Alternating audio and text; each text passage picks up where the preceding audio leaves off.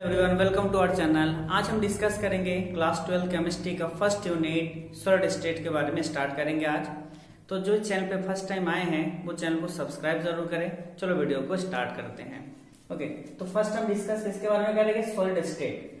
Solid state का मतलब क्या समझते हो? सिंपली अगर हम सुनते हैं सॉलिड स्टेट तो हमारे माइंड में क्या आता है कि अगर कोई भी कंपाउंड जिसका वॉल्यूम फिक्स है, जिसका शेप साइज फिक्स है, ओके, जो रिजिड है, ओके, रिजिड एंड इनकम्प्रेसिबल है, जिसको हम कंप्रेस नहीं कर सकते। ओके, इसके सॉलिड के कुछ प्रॉपर्टीज है। अब हम सॉलिड स्टेट्स को टू पार्ट में डिवाइड कर सकते हैं, crystalline solid and amorphous solid. Okay, तो इसके बारे में समझेंगे क्रिस्टलाइन सॉलिड क्या होता है और एमोर्फस सॉलिड क्या होता है। तो यहाँ पर मैंने एक स्ट्रक्चर बनाया है, क्रिस्टलाइन सॉलिड और एमोर्फस सॉलिड एक्चुअली किस टाइप का बना होता है। तो देखो, जो क्रिस्टलाइन सॉलिड है उनके जो पार्टिकल्स हैं ये रेगुलर अरेंजमेंट होता है। रेगुलर अरेंजमेंट का मतलब है एक के बाद, जैसे ए और बी टू टाइप के पार्टिकल्स है, तो ये क्या होगा, एक सीक्वेंस में अरेंज रहेगा, एक के बाद एक आएगा। दैट मीन्स क्या होता है, ये सीक्वेंस में सारे पार्टिकल्स अरेंज होंगे। बट यहां पर अगर हम बात करें एमोर्फस सॉलिड की, तो यहां पर ये सीक्वेंस में अरेंज नहीं होते, इरेगुलर होते हैं। देखो यहाँ पर A then B then A B और यहाँ पर बी बी, मतलब ये आगे पीछे हो सकते हैं। तो ऐसे अरेंजमेंट इसमें पार्टिकल जो होंगे वो एक सीक्वेंस में अरेंज नहीं होते, उसी को हम क्या बोलते हैं, एमोर्फस सॉलिड। ओके, अगर क्रिस्टलाइन सॉलिड होगा तो इसका जो अरेंजमेंट होगा बहुत लॉन्ग हो सकता है, मतलब इसी टाइप के अरेंजमेंट करेंगे अगर सीक्वेंस में तो बहुत लंबी अरेंजमेंट पॉसिबल है। बट जैसे हम बात करेंगे एमोर्फस सॉलिड की, इसको हम लॉन्ग रेंज में अरेंज नहीं कर सकते। ओके, ज्यादा लंबा करते जाएंगे तो टूट जाएगा। Okay, right. थर्ड डिफरेंस क्या है दोनों में? जो क्रिस्टलाइन सॉलिड है इसके मेल्टिंग पॉइंट एकदम शार्प होता है। शार्प का मतलब एक ही पर्टिकुलर टेम्परेचर में टोटल मेल्ट हो जाएगा, जितने भी पार्टिकल्स है इसमें सब मेल्ट हो जाएगा। शार्प मेल्टिंग पॉइंट होता है। बट अगर हम एमोर्फस सॉलिड की बात करेंगे तो इनका मेल्टिंग पॉइंट शार्प नहीं होता। ओके, पहले क्या होगा, धीरे धीरे सॉफ्ट होते हैं, देन उसके बाद टेम्परेचर बढ़ने के साथ साथ मेल्ट होना स्टार्ट करते हैं, जो हमें किसमें दिखता है, प्लास्टिक में दिखता है। ओके, क्रिस्टलाइन सॉलिड को हम क्या बोलते हैं, ट्रू सॉलिड। ट्रू सॉलिड का मतलब है हम जैसे रखेंगे एक लॉन्ग टाइम के बाद वो वैसे ही रहेगा, इसलिए हम इसको क्या बोलते हैं, क्रिस्टलाइन सॉलिड को ट्रू सॉलिड। बट अगर हम एमोर्फस सॉलिड की बात करें, एमोर्फस सॉलिड को हम क्या बोलते हैं, सुपर कूल लिक्विड या फिर pseudo solid. Super cool liquid का मतलब क्या है, अगर हम एक लॉन्ग टाइम तक हम रख देंगे तो क्या होगा, धीरे धीरे टेंडेंसी होता है फ्लो होने का।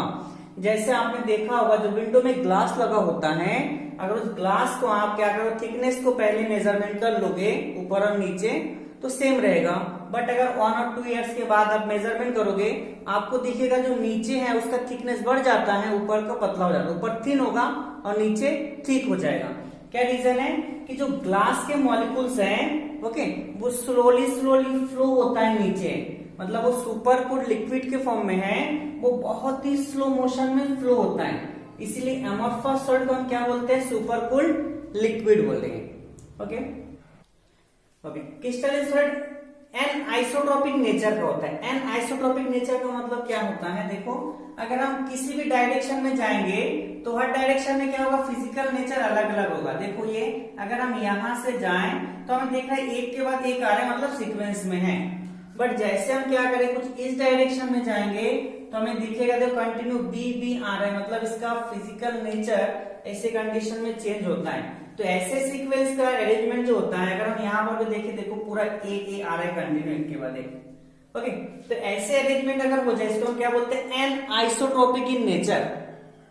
सभी ए एक ही लाइन में आ रहा है, ऐसे जा रहा हो तो ए बी ऐसे अल्टरनेट चेंज हो रहा है, तो दोनों में क्या है, डिफरेंस हो रहा है। बट अगर आप देखोगे एमोर्फस सॉलिड में किसी भी डायरेक्शन में जाओगे तो आपको ऐसा ही दिखेगा, उल्टा पुल्टा आगे पीछे दिखेगा अरेंजमेंट। तो ऐसे जाओगे तो वैसे दिखेगा, आप ऐसे जाओगे तब भी वैसे दिखेगा, अगर आप ऐसे जाओगे तब भी आपको वैसे दिखेगा।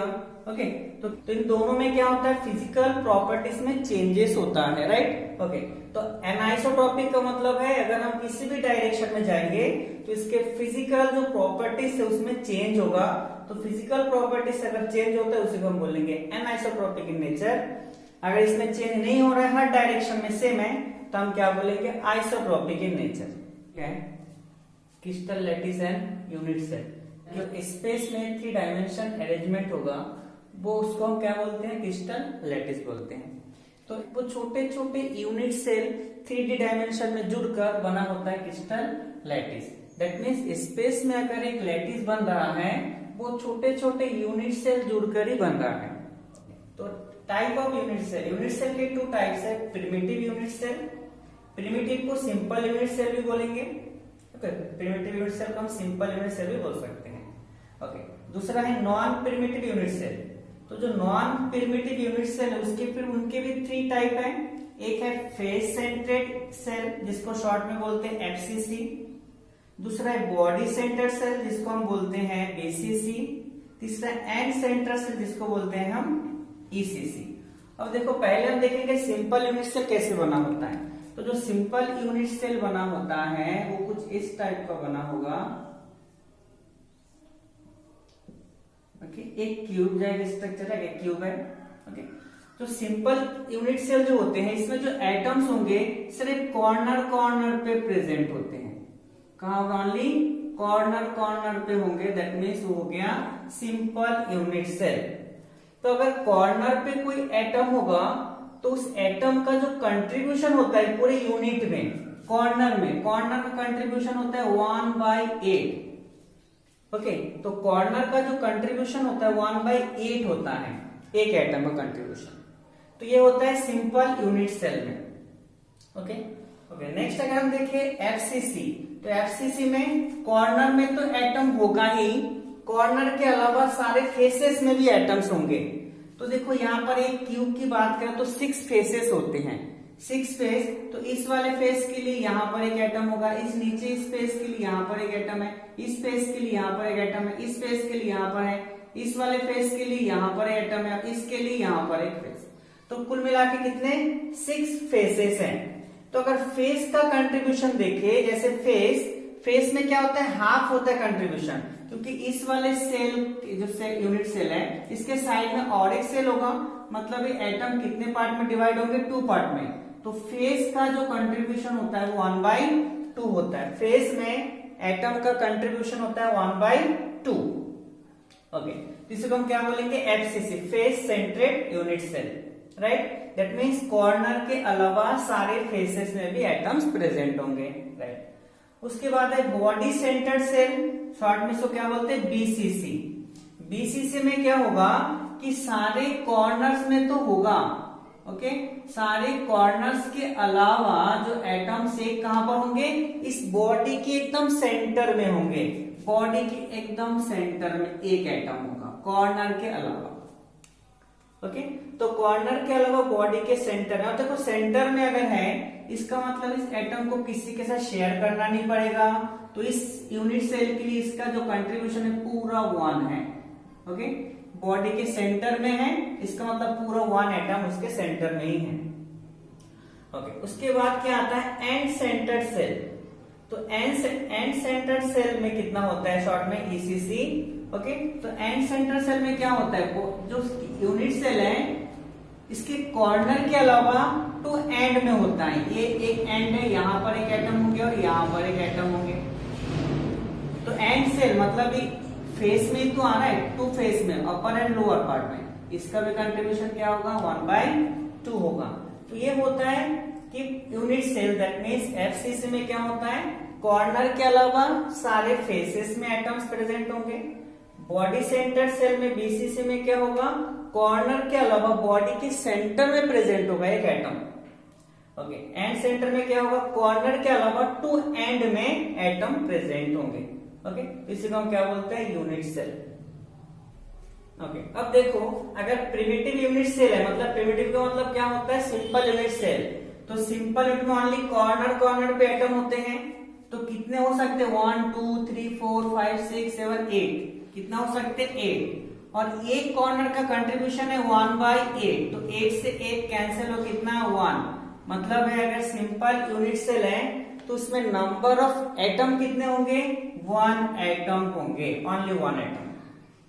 अगर हम फेस सेंटर की बात करें तो देखो फेस सेंटर में सारे कॉर्नर्स में तो होंगे, तो कॉर्नर्स का कंट्रीब्यूशन 8 इंटू 1/8 प्लस फेस, कितने फेसेस हैं 6 फेसेस है, 1 फेस का कंट्रीब्यूशन कितना है 1/2, तो ये कैंसिल हो गया, कितना बचा 1 प्लस 2 का table 3, that means 3 equal to 4। तो एफसीसी में नंबर ऑफ एटम कितना होगा 4 होगा, राइट। अब आते हैं बीसीसी। बीसीसी में क्या होगा, कॉर्नर के अलावा कहां पर होगा सेंटर में, तो कॉर्नर का कंट्रीब्यूशन कितना है 8 इंटू 1/8 प्लस बॉडी के सेंटर में, तो सेंटर में होगा तो 1 ही है क्योंकि किसी के साथ तो शेयर नहीं करना पड़ रहा है, तो ये कट गया 1 प्लस 1 कितना आ गया 2, ओके। दैट मींस बीसीसी में नंबर ऑफ एटम कितने हैं 2 हैं। अब आता है end centre cell. End centre में कितना आएगा, देखो कॉर्नर के अलावा कॉर्नर को होगा 8 इंटू 1/8 प्लस कितना एंड है 2 एंड, तो एंड कितना है 2, एक का कंट्रीब्यूशन 1/2, तो 8 से 8 गया तो 1, 2 से 2 गया तो 1, दैट मीन्स 2, ओके। तो सिंपल यूनिट सेल का कितने होते हैं एटम, ओनली 1 एटम प्रेजेंट होता है। एफसीसी में कितने एटम होता है, एफसीसी में 4 एटम प्रेजेंट होता है, बॉडी सेंटर में 2 एंड एंड सेंटर में 2 एटम प्रेजेंट होता है, ओके। नेक्स्ट देखते हैं यूनिट सेल में कितने पैरामीटर होता है। तो देखो एक यूनिट सेल है, अगर हम इस पॉइंट को ले ले कंसीडर कर ले, तो देखो इसमें 3 एजेस हैं, एक एजेस है इसका नाम हम ए दे देते हैं, ए वाला एक एज है इसको हम देते हैं बी, इसका नाम क्या देते हैं सी। तो यूनिट सेल में 3 एजेस होता है, ओके, राइट। अब देखो 3 एंगल बनेगा, ए और बी के बीच में एक एंगल जिसको हम अल्फा बोलेंगे, बी और सी के बीच में बनेगा बीटा, सी और ए के बीच में बनेगा गामा। दैट मीन्स इसमें कितने पैरामीटर हो सकते हैं 6 पैरामीटर, 3 एजेस होगा और 3 एंगल होगा, तो कितने टोटल 6 पैरामीटर होते हैं यूनिट सेल में, ओके। नेक्स्ट टॉपिक है क्लोज पैकिंग इन क्रिस्टल। तो क्रिस्टल में किस टाइप क्लोज पैकिंग होता है, तो फर्स्ट है क्लोज पैकिंग इन 1 डायमेंशन। तो 1 डायमेंशन क्या है, 1 डायमेंशन में जो स्फीयर कंटिन्यू एक दूसरे के साथ एक टच होकर कंटिन्यू एक ही डायरेक्शन में आगे बढ़ेगा, दैट मींस 1 डायमेंशन में। तो इस टाइप के अरेंजमेंट अगर होता है कि एक ही डायरेक्शन में जो स्फीयर है या फिर जो एटम है वो कंटिन्यू ऐड होकर आगे बढ़ रहा है, इसी को क्या बोलते हैं 1 डायमेंशनल क्लोज पैकिंग। तो इसमें जो कोऑर्डिनेशन नंबर होता है, कोऑर्डिनेशन नंबर मान लो यहाँ पर ए की बात करें तो ये कितने एटम से टच है 2, तो इसका जो कोऑर्डिनेशन नंबर कितना हो जाएगा 2 हो जाएगा कोऑर्डिनेशन नंबर। अब जो क्लोज पैकिंग अगर हम बात करें 2 डायमेंशन में, दैट मींस एक्स और वाई, अगर हम इसको 2 एक्सिस ले ले एक्स एंड वाई, यहाँ पर तो सिर्फ एक ही एक्सिस में हो रहा था, इसमें 2 एक्सिस में हो रहा है, तो इसमें क्या होगा, इसमें 2 कंडीशन हो सकते हैं। एक हो सकता है कि एक के ऊपर एक एटम अरेंज हो, दूसरा कि एक लाइन होगा दो, उसके बाद उसके 2 एटम के बीच में जो गैप बनेगा, ओके, उसी के बीच में एटम आते जाएगा। इसमें एक के ऊपर एक है और इसमें 2 एटम के बीच में एक एटम ऐसे फंसा होकर आगे बढ़ेगा, फंस के, दोनों में डिफरेंस है। अब देखो अगर एक एटम के ऊपर दूसरा एटम ऐसे कंटिन्यू 2 डायमेंशन में अरेंज हो रहे हैं, ओके, तो इसमें एक एटम कितने एटम से सराउंडिंग है, तो अगर मैं इसको कंसीडर कर लूं एक एटम है, देखो ये इसके साथ सराउंडिंग है, ये जो एटम है और ये एटम और ये एटम, ये 4 एटम सराउंडिंग है। 4 एटम को मैं अगर क्या कर दूं एक लाइन के थ्रू में ड्रॉ कर दूं, तो हमें देख रहे हैं एक स्क्वायर जैसा शेप बन रहा है। तो ये जो एटम है 2 डायमेंशन में 4 एटम के साथ हमेशा सराउंडिंग रहेगा। इसका मतलब इस टाइप के अरेंजमेंट में जो कोऑर्डिनेशन नंबर कितना हो जाएगा 4 होगा कोऑर्डिनेशन नंबर। शेप कैसा बन रहा है स्क्वायर जैसा शेप, इसको बोलते हैं square packing, square close packing. अब दूसरे वाले देखो ये भी 2D डायमेंशन में है, इसमें भी आपको दिखेगा 2D डायमेंशन, बट इसमें क्या है कि एक जो है एक लाइन में, जैसे ये एक पूरे एटम एक लाइन में बना है, 2 एटम के बीच में क्या है फिर से एटम कंटिन्यू अरेंज है, ओके। अब इस टाइप में अगर हम किसी एक एटम कंसिडर कर ले, मानो यहाँ पर एक एटम हमने कंसिडर किया। अब ये एटम कितने एटम से सराउंडिंग है? देखो इस वाले एटम से टच है, इस वाले एटम से टच है, इस वाले एटम से, इससे भी टच है, इस वाले एटम से भी टच है और इससे भी टच है।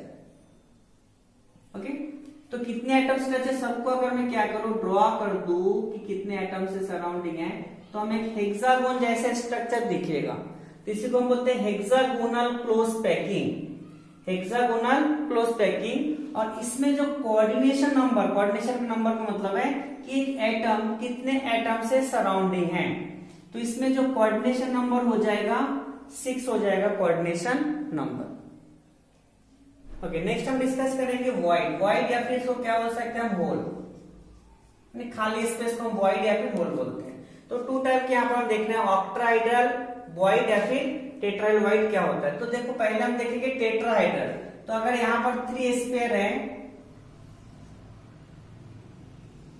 ओके, 3 स्फीयर के ऊपर मतलब 3 बॉल है, 3 बॉल के ऊपर अगर हम क्या करें और एक बॉल को रख दे, ओके, तो 3 बॉल के ऊपर क्या किया हमने, और एक बॉल को रख दिया, तो इनके बीच में यहाँ पर बीच में खाली स्पेस रहेगा। ओके, 3 बॉल है जो उसके ऊपर एक और एक बॉल को ऐसा रख दिया, तो उसके बीच में जो खाली स्पेस होता है उसी को हम क्या बोलते हैं, वॉइड। क्या बोलेंगे, वॉइड या फिर होल। तो यहाँ पर कितना इसको 4 से बन रहा है, तो 4 से बन रहा है, इसको बोलते हैं टेट्राहेड्रल वॉइड,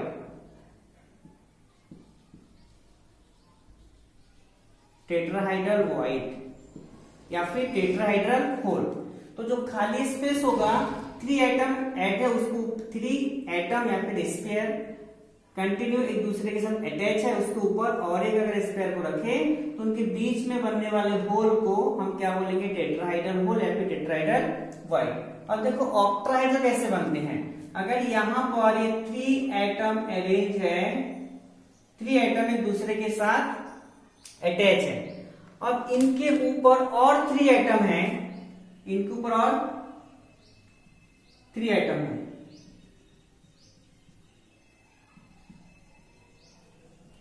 इस टाइप का। ओके, यानी 3 एटम के ऊपर क्या किया, 3 एटम को पहले अरेंज किए और 3 एटम को उसके ऊपर हम फिर रख दिए, मतलब 3 बॉल ले लो, गोल वाला बॉल, उस बॉल को एक दूसरे के साथ टच करके रखो, उसके ऊपर और 3 बॉल को रख दो, तो उसके अंदर में जो खाली स्पेस होता है, खाली स्पेस को हम बोलते हैं वॉइड।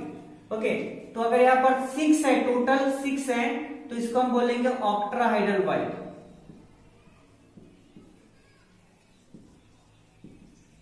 ओके, या फिर ऑक्टाहेड्रल होल। तो अगर 4 से बनेगा, कोऑर्डिनेशन नंबर अगर यहाँ पर हम देखें कि 4 एटम से बनेगा, उसके अंदर में अगर कोई होल है उसको क्या बोलते हैं, टेट्राहेड्रल वॉइड। अगर 6 एटम से बन रहा है, उसके अंदर में खाली स्पेस को हम बोलेंगे ऑक्टाहेड्रल वॉइड। टॉपिक है पैकिंग इफिशियंसी।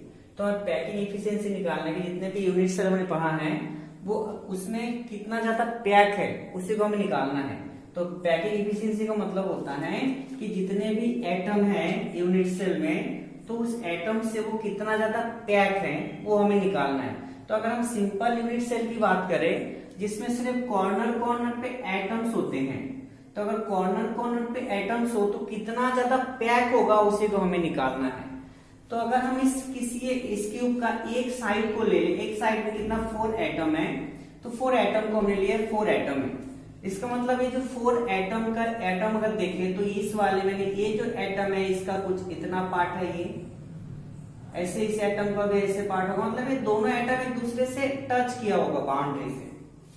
तो ये जो साइड है, साइड को हमने क्या बोला ए, तो क्यूब का हर एक साइड क्या होगा, ए होगा, राइट। अब देखो ये स्फीयर है, एटम कैसे स्फीयर फॉर्म में है, तो इसका रेडियस को हम क्या बोलेंगे आर, तो ये सब रेडियस क्या हो जाएगा, आर हो जाएगा। ओके, तो अगर देखिए एक साइड में that means a equal to कितना आर हो रहा है, इसको हम लिख सकते हैं 2r, क्योंकि ए जो है एक साइड में है, इस एटम का सेंटर इस एटम का सेंटर का डिस्टेंस को हम क्या बोलेंगे ए, दैट मीन्स ये जो साइड है इक्वल किसके हैं, 2r के इक्वल है।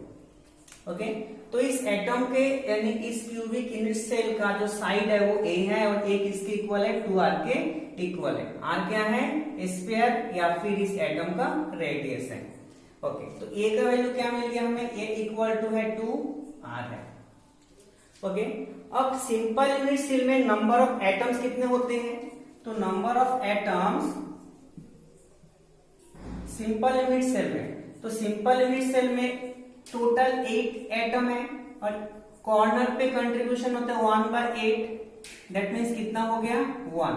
तो इस पूरे इस यूनिट सेल में 1 ही एटम है। हमें अब क्या निकालना है? Packing efficiency.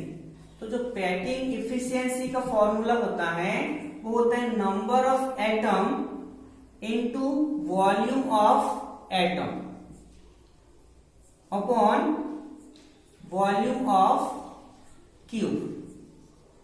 ये फॉर्मूला, इसी फॉर्मूले से हमें निकालना है। तो अगर हम परसेंट में करेंगे तो मल्टीप्लाई क्या कर देंगे, इसमें 100 मल्टीप्लाई करेंगे। ओके, तो देखो यहां पर नंबर ऑफ एटम कितना है? 1 है, 1 एटम है। ओके, अब वॉल्यूम ऑफ एटम, एटम का वॉल्यूम स्फीयर फॉर्म में है, इसका मतलब स्फीयर का फॉर्मूला रहेगा वॉल्यूम का, ये फॉर्मूला होता है 4/3 pi r cube upon volume of cube. अगर इस क्यूब का साइड को हमने ए कंसीडर किया, इसका मतलब हो जाएगा ए का क्यूब, परसेंट में है तो क्या हो जाएगा ये 100%। ओके, तो यहां पर ये क्यू की जगह पर हम क्या रखेंगे? ये रखेंगे हम 2r को। तो अगर हम 2r को रखते हैं, इसी की जगह पर 2r को रख देते हैं, तो ये आ जाएगा 2r का क्यूब। तो 2r का क्यूब दैट मीन्स इसको 3 टाइम मल्टीप्लाई करना है, तो कितना हो जाएगा? ये हो गया 4/3 पाई आर क्यूब अपॉन 2 2 जा 4 2 जा 8 और यहां पर हो गया r का क्यूब इंटू 100। ओके, तो इससे कट जाएगा, r क्यूब से r क्यूब कैंसिल हो जाएगा, 4 का टेबल 1 टाइम, 4 का टेबल 2 टाइम, पाई का वैल्यू 22/7। अगर हम इसको सॉल्व करेंगे, ओके, इसको पूरा कैलकुलेशन सॉल्व करेंगे तो आ जाएगा 52% आ जाएगा सॉल्व करके। That means simple unit cell में जो पैकिंग होता है वो 52% होता है और बाकी जो 48% है वो खाली रहता है, बैक एंड रहता है, वॉइड रहता है। ओके, तो ये है सिंपल यूनिट सेल में जो इफिशियंसी होता है वो 52% होता है। नेक्स्ट क्वेश्चन है packing efficiency of FCC. Okay, face centre cubic cell में पैकिंग इफिशियंसी कितना होगा? तो ये हमारा डायग्राम है एफसीसी का। इसका मतलब एफसीसी का मतलब होगा कॉर्नर के अलावा सारे फेसेस में एटम है। ओके, तो यहां पर अगर मैं किसी एक फेस को उठा लूं, जैसे इस फेस को मैं उठा ले रहा हूं, इसमें क्या हो रहा है? ये जो है कुछ इस टाइप का अरेंजमेंट होगा। ओके, दैट मीन्स सेंटर में एक एटम है और उसके 4 कॉर्नर पे 4 एटम, एक फेस को अगर मैं उठा लूं। ओके, तो देखो यहां पर अगर हम क्या करें, एक है एक क्यूब में है, तो ये मैंने एक क्यूब बना लिया, ठीक है, एक क्यूब का एक फेस है। अब देखो ये जो रेडियस है, ओके, इस स्फीयर का रेडियस अगर मैं क्या ले रहा हूं r, इसका रेडियस r, तो यहां पर देखो इस सर्कल का सेंटर से यहां पर एक r हो रहा है, यहां पर एक r, दैट मीन्स टोटल अगर मैं इसका नेम दूं a b एंड c, तो जो a c है किसके इक्वल हो रहा है? ये 1r 2r 3r 4r, that means 4r का इक्वल हो रहा है, राइट। और देखो आप एक चीज हमेशा क्लियर रखो कि ये क्या है? क्यूब है, इसका मतलब सारे साइड क्या होगा? सेम होगा। तो अगर हम फेस का डायगोनल की बात करें तो फेस डायगोनल होता है √2a, ये फेस डायगोनल क्यूब में। अगर बॉडी डायगोनल की बात करेंगे हो जाएगा √3a, ये दोनों को आपको याद रखना है, पाइथागोरस थ्योरम से आएगा। तो अगर ये फेस का डायगोनल है, इसका मतलब ये AC किसके इक्वल हो जाएगा? ये तो होगा √2a का, दैट मीन्स ये दोनों वाली AC equal to 4r radius के पर्पज से होगा। उसके बाद पाइथागोरस थ्योरम से AC का वैल्यू कितना आएगा? √2a। ओके, जब AC दोनों वैल्यू इक्वल है, इसका मतलब इन दोनों का हम क्या लिख सकते हैं? इक्वल लिख सकते हैं। तो अगर मैं यहाँ पर लिखूं कि AC इक्वल टू 4r और ये AC इक्वल टू क्या? √2a, दैट मीन्स ये क्या हो जाएगा? हमें तो a का वैल्यू निकालना है, तो ये इक्वल हो जाएगा, तो ये √2a equal to 4r, that means a equal to कितना हो गया? 4r √2। ओके, तो तो इस वैल्यू को हम ऐसे भी रख सकते हैं, या फिर इसको अगर हम आगे सॉल्व करें, ऊपर में √2 मल्टीप्लाई करो, नीचे भी √2 मल्टीप्लाई करो, तो a का वैल्यू कितना आएगा, a आ जाएगा 4r√2, नीचे 2 √2 कितना आ जाएगा 2 का टेबल 2 टाइम, तो ये a का वैल्यू कितना आ रहा है, a का वैल्यू यहाँ पर बचा 2, यानी 2√2r, a आ रहा है a का वैल्यू, दैट मीन्स हमें इस a का वैल्यू आ गया 2√2। ओके, अब हमें क्या चाहिए, a का वैल्यू आ गया, राइट। अब हमें चाहिए कि इसमें नंबर ऑफ एटम्स कितने हैं इस क्यूब में, एफसीसी में। तो नंबर ऑफ एटम्स अगर हमें फाइंड करना है, नंबर ऑफ एटम्स, तो देखो कॉर्नर पे कितना कंट्रीब्यूशन है 1/8, कितने कॉर्नर है 8 है, प्लस कितने फेसेस है 6 फेस, एक फेस का कंट्रीब्यूशन कितना है 1/2, तो इसको हम सॉल्व करेंगे, कट गया 1 टाइम प्लस 2 का टेबल 3 टाइम, कितना एटम है टोटल 4 एटम है। तो हमें ये दो चीज मिल गया, इसके बाद हम फॉर्मूला लगाएंगे और फॉर्मूला मेथड से सॉल्व करेंगे तो आ जाएगा। फॉर्मूला क्या है, ये हमें निकालना है पैकिंग इफिशियंसी। फॉर्मूला क्या होता है, number of atom into volume of atom upon volume of cube. ये फॉर्मूला में रखना है, परसेंट में करना है तो मल्टीप्लाई कितना करना है, यहाँ पर 100 मल्टीप्लाई करना है। ओके, नंबर ऑफ एटम कितना है 4 है, एटम का volume 4/3 pi r cube upon volume of cube. Volume of cube का वैल्यू क्या होता है a का क्यूब, इसका मतलब इस a का जो वैल्यू है इसको हम 3 टाइम कर लेंगे, तो 2√2 r का 3 इंटू 100। ओके, अब इसको हम क्या करेंगे, मल्टीप्लाई करेंगे तो कितना आएगा 3 टाइम अगर हम मल्टीप्लाई करेंगे तो यहाँ पर a आ जाएगा 4 इंटू 4/3 पाई r का क्यूब अपॉन 2 2 जा 4 2 जा 8, 16√2 कितना आएगा 16√2 r का क्यूब इंटू 100। ओके, तो ये 4 का टेबल कितना टाइम 4 टाइम कटेगा, 4 का टेबल कितना टाइम कटेगा 1 टाइम। तो यहाँ पर क्या आ रहा है, यहाँ पर ऊपर में क्या बचा ओनली पाई, पाई का वैल्यू 3.14 इंटू 100 अपॉन नीचे कितना बचा है यहाँ पर, ये 3 नीचे आ जाएगा 3 इंटू √2। इसको अगर हम सॉल्व करेंगे तो 74% आएगा। दैट मीन एफसीसी में जो पैकिंग एफिशिएंसी होता है कितना होता है 74% एफिशिएंसी होता है। ओके, नेक्स्ट क्वेश्चन है packing efficiency of BCC body centre cubic unit cell. तो पैकिंग एफिशिएंसी किसमें देखना है, बीसीसी में। तो बॉडी सेंटर मतलब कॉर्नर के अलावा कहां पर होगा, बॉडी के सेंटर में भी क्या होगा, एटम होगा। ओके, तो देखो ये जो एटम सेंटर में है इसका मतलब इस एटम का जो सरफेस है इस एटम के साथ, मतलब ये जो एटम है ये इस एटम के सरफेस के साथ और इस एटम का सरफेस मतलब ऐसे सब के एक दूसरे के साथ टच में है। ओके, तो सारे एटम टच में होगा। तो देखो पहले हमें पता है एक चीज की जो बॉडी डायग्राम होता है क्यूब का वो होता है √3a। ओके, √3 होता है बॉडी का डायगोनल। तो बॉडी डायगोनल अगर √3a होगा, ओके, और यहाँ पर देखो यहाँ पर एक रेडियस है इस सेंटर का, यहाँ पर 2 रेडियस और यहाँ पर एक रेडियस, कुल मिला के यहाँ पर भी रेडियस कितना आ रहा है 4 रेडियस। तो यहाँ पर हम लिख सकते हैं √3a equal to 4r। 4r कैसे है, इस वाले स्फीयर का ये रेडियस और इस स्फीयर में 2 रेडियस आएगा, यहाँ एक रेडियस यहाँ पर एक रेडियस और इस स्फीयर के मतलब ये डायगोनल इक्वल टू 4 रेडियस के इक्वल है। तो 4 रेडियस है और इस बॉडी डायगोनल क्यूब का होता है √3a, दोनों का हमने इक्वल लिखा। अब ये मल्टीप्लाई में ट्रांसफर करो तो a का वैल्यू आ रहा है 4r अपॉन √3। ओके, अब यहां पर हमें निकालना है कि नंबर ऑफ एटम कितना है, नंबर ऑफ एटम्स।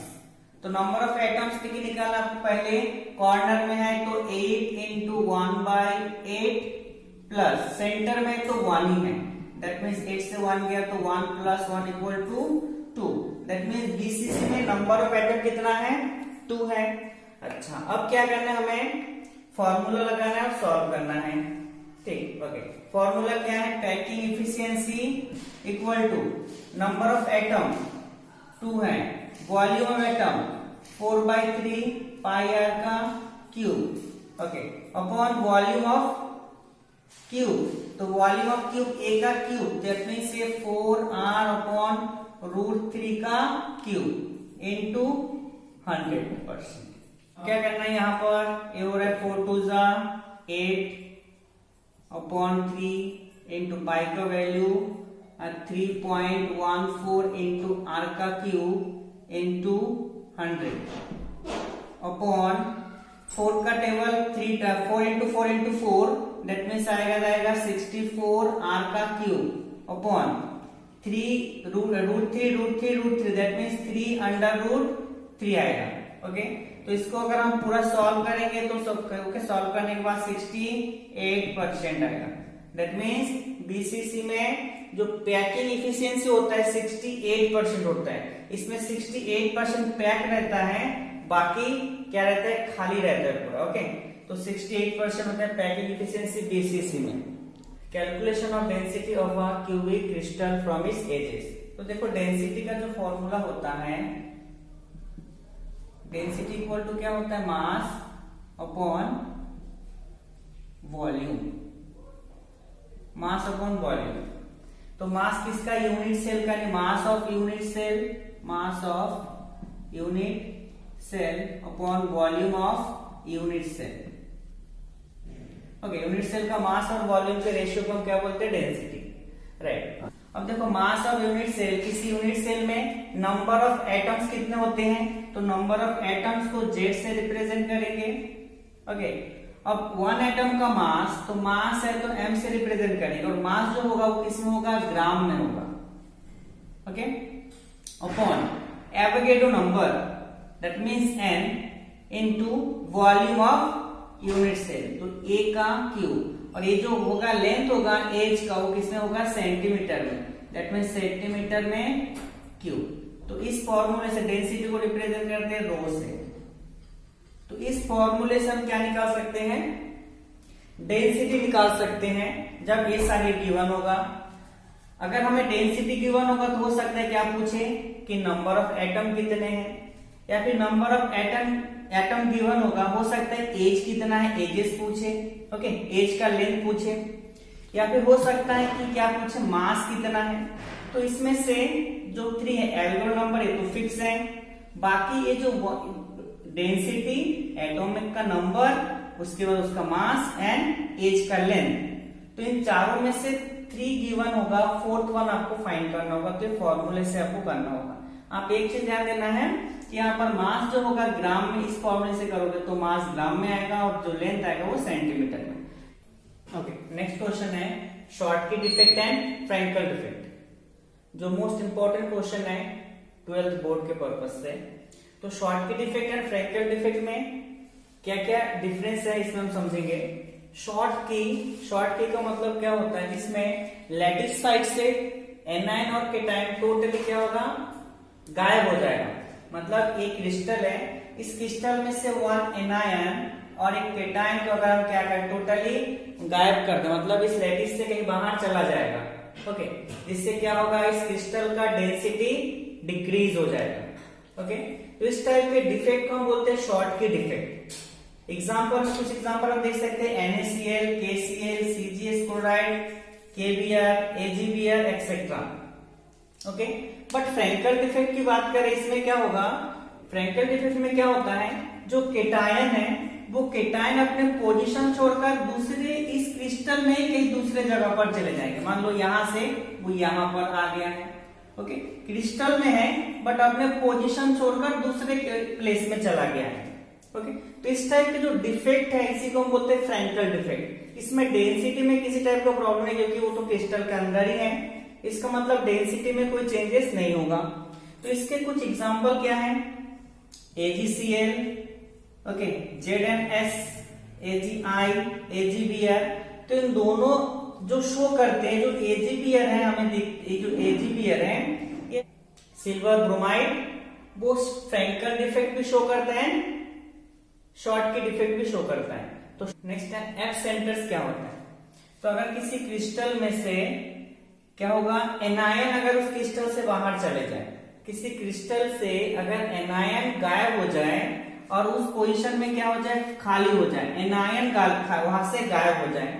अब इसको इलेक्ट्रिकली न्यूट्रल बनाने के लिए यहां पर आ जाते हैं एक इलेक्ट्रॉन। तो यहाँ पर एनायन वैकेंसी से अगर एनायन टोटली इस क्रिस्टल से गायब हो जाए, इलेक्ट्रिकली बैलेंस करने के लिए यहाँ पर एक इलेक्ट्रॉन आ जाते हैं। ओके, तो यहाँ पर ये जो एक खाली स्पेस बन जाता है, इसी को हम क्या बोलते हैं, एफ सेंटर।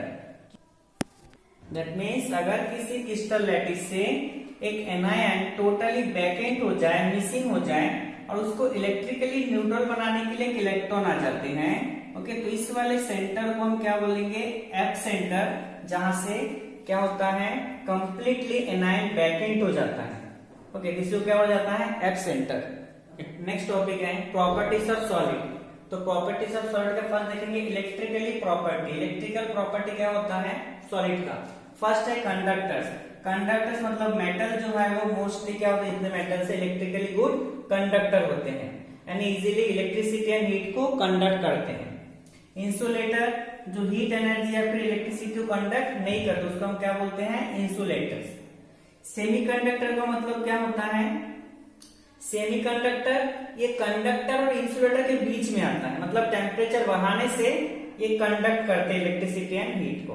ओके, तो इसके भी टू टाइप है सेमीकंडक्टर। एक होता है इंट्रिंसिक सेमीकंडक्टर, दूसरा होता है एक्सट्रिंसिक सेमीकंडक्टर। इंट्रिंसिक सेमीकंडक्टर का मतलब क्या होता है, वो प्योर फॉर्म में होगा, बट उसमें जब टेम्परेचर हम इंक्रीज करेंगे वो इलेक्ट्रिसिटी को कंडक्ट करते हैं। तो ऐसे सेमीकंडक्टर को हम क्या बोलते हैं, इंट्रिंसिक सेमीकंडक्टर। दूसरा टाइप होता है एक्सट्रिंसिक सेमीकंडक्टर, जिसमें क्या होता है, मेटलॉइड्स को मिक्स करना होता है। ओके, तो प्योर फॉर्म में नहीं होगा, उसमें क्या करना होगा, हमें मेटल्स को मिक्स करना होगा, उसी से क्या होगा, इलेक्ट्रिसिटी कंडक्ट करते हैं। तो इसके भी टू टाइप है, एक्सट्रिंसिक सेमीकंडक्टर के भी टू टाइप है, N type and P type semiconductor. N type का मतलब क्या होगा, जिसमें एक्स्ट्रा इलेक्ट्रॉन होगा, जिसमें एक्स्ट्रा इलेक्ट्रॉन प्रेजेंट होगा। पी टाइप सेमीकंडक्टर में एक्स्ट्रा होल प्रेजेंट होगा। ओके, तो एक्स्ट्रा इलेक्ट्रॉन एक्स्ट्रा होल कैसे होगा, तो अगर हम 14 के साथ 14 ग्रुप एलिमेंट के साथ अगर हम डोपिंग करें, इसका डोपिंग करें 15 का, 14 के साथ 15 का डोपिंग करेंगे, तब हमें एन टाइप सेमीकंडक्टर मिलेगा। पी टाइप कब मिलेगा, अगर हम 14 के साथ 13 का डोपिंग करें। ओके, अगर हम 14 के साथ किसका डोपिंग करें, 13 का, मतलब दोनों को मिक्स करें, तो 14-15 से हमें एन टाइप सेमीकंडक्टर मिलेगा और 14-30 से पी टाइप के सेमीकंडक्टर मिलेगा। पी का मतलब इसमें होल एक्स्ट्रा होंगे और एन का मतलब क्या होगा, जिसमें इलेक्ट्रॉन एक्स्ट्रा होगा। तो एन टाइप सेमीकंडक्टर 14 ग्रुप के साथ जब 15 ग्रुप का डोपिंग होगा तब एन टाइप सेमीकंडक्टर बनेगा। पी टाइप सेमीकंडक्टर के लिए 14 ग्रुप में किसको मिक्स करना है, हमें 13 ग्रुप को मिक्स करना है। तो 13 ग्रुप मिक्स करेंगे तब कैसा बनेगा, पी टाइप के सेमीकंडक्टर बनेगा। ओके, नेक्स्ट टॉपिक है प्रॉपर्टीज ऑफ सॉलिड में मैग्नेटिक प्रॉपर्टीज। तो मैग्नेटिक प्रॉपर्टीज का फर्स्ट है डायमैग्नेटिक सब्सटेंस।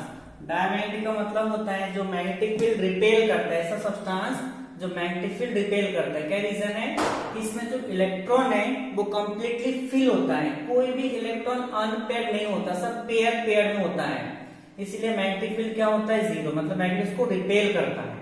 तो ये उसके कुछ एग्जांपल्स हैं। उसके बाद है डायमैग्नेटिक के बाद क्या है, पैरामैग्नेटिक सब्सटेंस। पैरामैग्नेटिक का मतलब होता है जो मैग्नेटिक फील्ड जिस सब्सटेंस को अपने पास अट्रैक्ट करे, उसी को हम क्या बोलेंगे, पैरामैग्नेटिक सब्सटेंस, राइट।